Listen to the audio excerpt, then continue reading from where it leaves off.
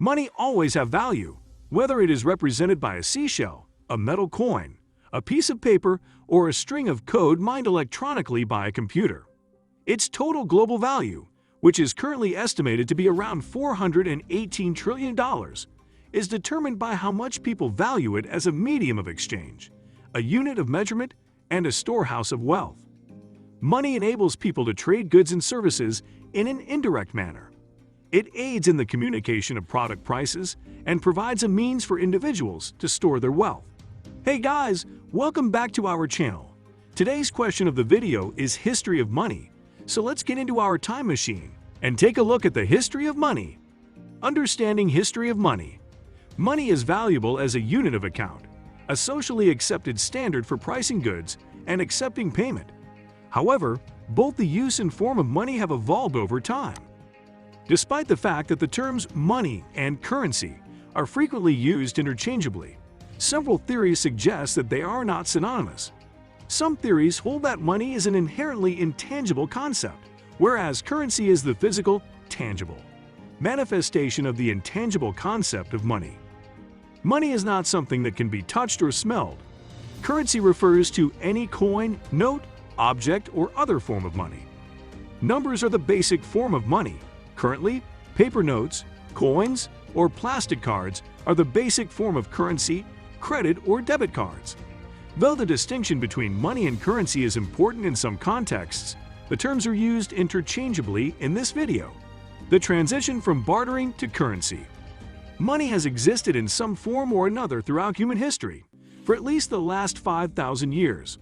Historians generally agree that a system of bartering was likely used prior to that time. A farmer may exchange a bushel of wheat for a pair of shoes from a shoemaker through bartering. These arrangements, however, take time. If you're exchanging an axe in exchange for the other party killing a woolly mammoth, you'll need to find someone who thinks an axe is a fair trade for having to face down a mammoth's 12-foot tusks. If this doesn't work, you'll have to change the terms until someone agrees.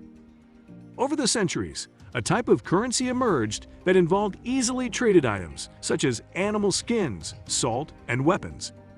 These traded goods function as a medium of exchange, even though the value of each of these items was still negotiable in many cases. This trading system spread throughout the world and is still in use in some parts of the world today. First official currency is minted. The Lydians invented metal coinage. Lydia's king Aliats minted what is thought to be the first official currency, the Lydian stater, in 600 BCE. The coins were made of electrum, a naturally occurring mixture of silver and gold, and were stamped with images that served as denominations. A clay jar might have cost 2 owls and a snake in the streets of Sardis around 600 BCE. Lydia's currency aided the country's internal and external trading systems, allowing it to become one of Asia Minor's richest empires. Today, the phrase "as rich as Croesus" refers to the last Lydian king who minted the first gold coin. Transition to paper currency. The Chinese Yuan dynasty switched from coins to paper money in 1260 CE. The Emperor of China had a good handle on both the money supply and its various denominations by the time Marco Polo, the Venetian merchant, explorer, and writer who traveled through Asia along the Silk Road between 1271 and 1295 CE, visited China in approximately 1271 CE.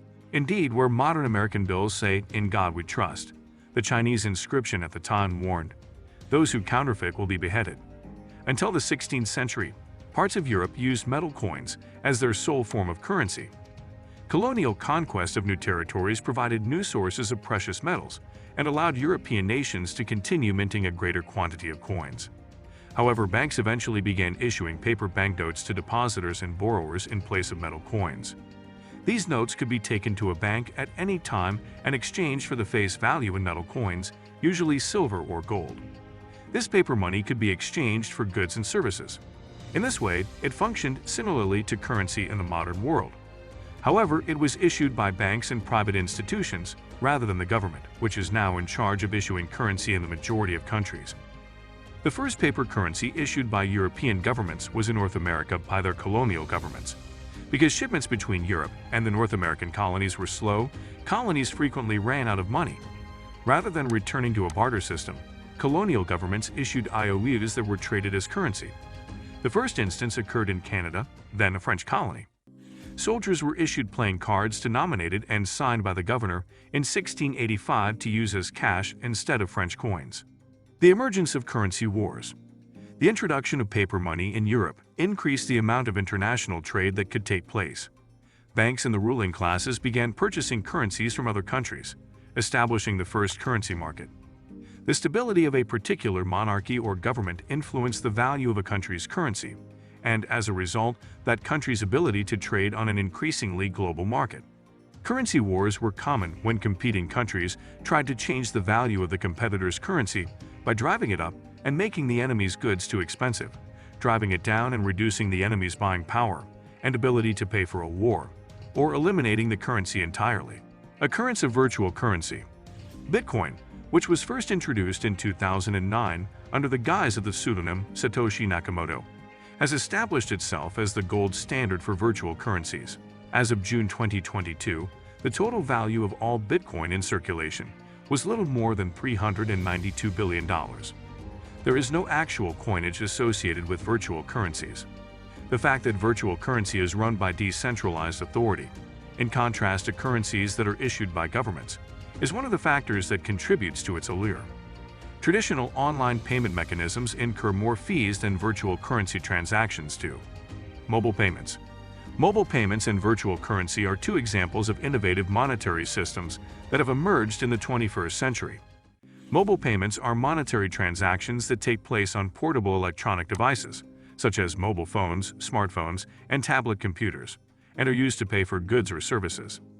The technology that enables mobile payments can also be used to send money to other people, such as friends or relatives. Services such as Apple Pay and Google Pay are competing with one another to have more and more retailers adopt their own platforms for point-of-sale payments. So, what do you guys think about the history of money? Let us know your thoughts in the comments section down below. That's all for this video. Please like, subscribe, share, and comment on this video if you enjoy it. Till then, take care. Thanks for watching.